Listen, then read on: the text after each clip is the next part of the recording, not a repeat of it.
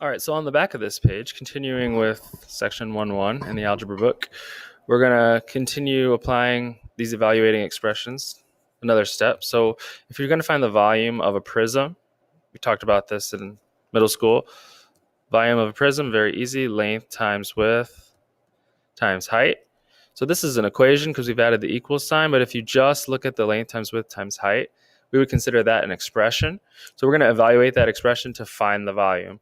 So given these numbers here, length and width and height, we're just going to plug them in for the variables. So 2 times 3 times 5. And then since it's all multiplication, we're just going to go from left to right. 2 times 3 is 6. 6 times 5 is 30. And now we do have some units here, so let's put the units in there. It's inches, and we did inches times inches times inches. So this was inches times inches times inches. That's to the third power. Volume's always to the third power. Okay, we multiplied inches 3 times. All right, if you look at example number 5 in the book, you can find this. I want you to try and find where it talks about algebraic definition of subtraction.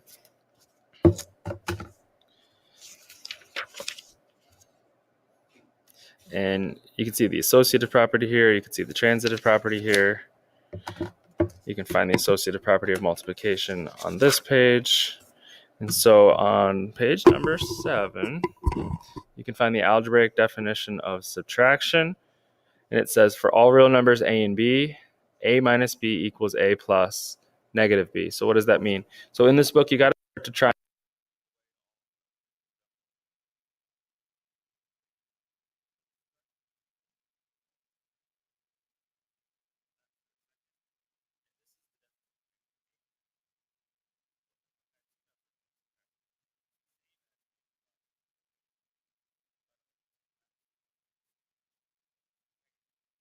Okay, so we're going to apply that to these ones that we see here. So rewriting this using the algebraic definition of subtraction, 5 minus 2 is the same as 5 plus negative 2. They're going to result in the same answer. So 3 minus 7 is the same as 3 plus negative 7. 10 minus negative 4, we're going to change subtraction to addition, just like we did here. So it's 10 plus, and the negative 4 becomes a positive 4. So basically, the algebraic definition of subtraction says you change subtraction to addition, and you change the sign of the second number. And this was actually a strategy that we used when you learned this in 7th grade. How do I add and subtract negative numbers? I can turn subtraction to addition, and we called it keep, change, change. So 5 minus 2 is the same as 5 plus negative 2. 10 minus negative 4 goes plus plus. 10 plus positive 4. So example number 6, now rewriting using the algebraic definition of division.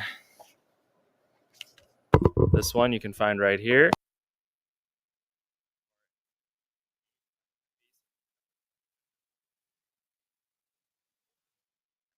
So let's try that here.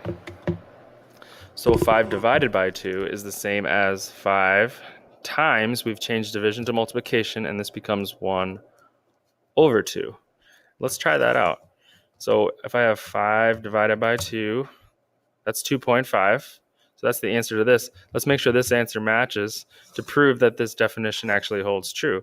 So we know that a half is 0.5. So 5 times 0.5 gets me the same exact answer as 5 divided by 2, 2.5. So these are equal, so this should work. So if it says 3 divided by 7, that should be the same as 3 times 1 over 7. And that will work. So 10 divided by 4 is the same as 10 times 1/4. Okay, and this will hold true. That's the algebraic definition of division. Last example, we're going to talk about the transitive property. So let's find this one in the book as well.